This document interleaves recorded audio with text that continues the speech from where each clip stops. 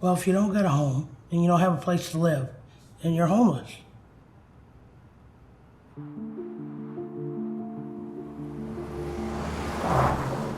Homelessness, like these people sleeping under the bridge and making boxes and different things. They got their whole life history on their back. That's what I consider homeless. Not having a place to call your own, having to walk somewhere just to eat, having to walk somewhere to shower, use the bathroom. In reality, I'm not homeless because my spirit lives within me. It's the house that's homeless without people. That's what being homeless means to me. It's a struggle to survive because we have nothing. We sleep in the elements. We rely on someone else for our foods and clothing. I would define homelessness as someone who does not have a set place to go to that is safe, out of the elements, and they don't probably have the funds to be able to provide food for themselves or the people they're responsible for. You're homeless if you do not have a place where you can call your own, a place where you can go to sleep at night, where you can take a shower, where you can keep your belongings. And so whether you're couch surfing on a friend's couch or living in your car or living at the Center for the Homeless, you're still homeless.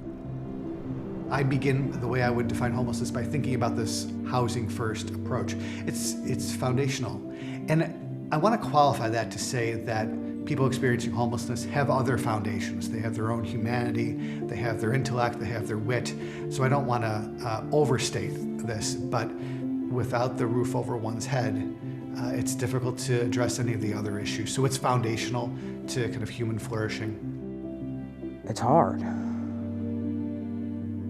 There's so much I want to do. I want to go back to school, but I don't want to go back to school if I don't have a roof over my head. Many of them live and survive directly on the streets.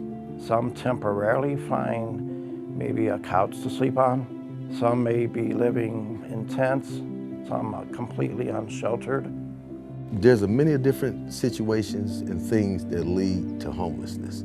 I mean, I talk to guys and girls that's in this population that come from a well-to-do background. They come from money. I mean, they come from well-groomed parents that raised them well, but yet they're here. And then, you know, you have the generational homelessness where, you know, the parents didn't know, so they're teaching it to the kids. Most people experiencing homelessness are women with children. It's situational homelessness. If they're lucky, they can transition into subsidized, some form of subsidized housing. Our single moms who are here, you know, very rarely are they coming to us from a tent, coming to us from an abandoned home. Oftentimes they're coming here as a planned decision. They're in an unsafe community. They're living either with their family of origin or with a boyfriend or a husband or an ex, and it's not safe, and they know it's not safe, and they've got the kids with them. They might tell you in that situation that they're homeless in the sense that all they have is a place to sleep, not really a home. There are certain people that we have here at Broadway who are homeless, who don't have a roof over their head. But it's really so much more than that, because we see a lot of people who are in shelters, but still doesn't provide very stable, safe, or private housing. We have a lot of people who are couch surfing, staying with friends or relatives, but it's very temporary and unstable and uncertain. We have other people who are living in abandoned buildings, trying to find housing there. And so even though they have a roof over their heads, it's not very stable or secure or safe. And we have other people who are in their own homes that they are renting or sharing with others, but yet it's still uncertain and they don't make enough money to be able to cover the costs that they have. So really it's not just about having a home, but it's having that security, that support, and that network. There's a heavy alcoholism and drug use in these communities, and some of them come that way. Some of them become that way because they're out there.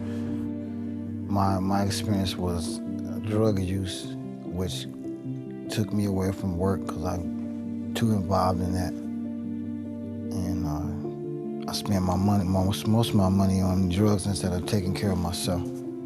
And it just hurts me to see, you know, a father and son come in together and hang out on the streets together, do drugs together, and have breakfast together, and it appears to be okay. It appears to be normal.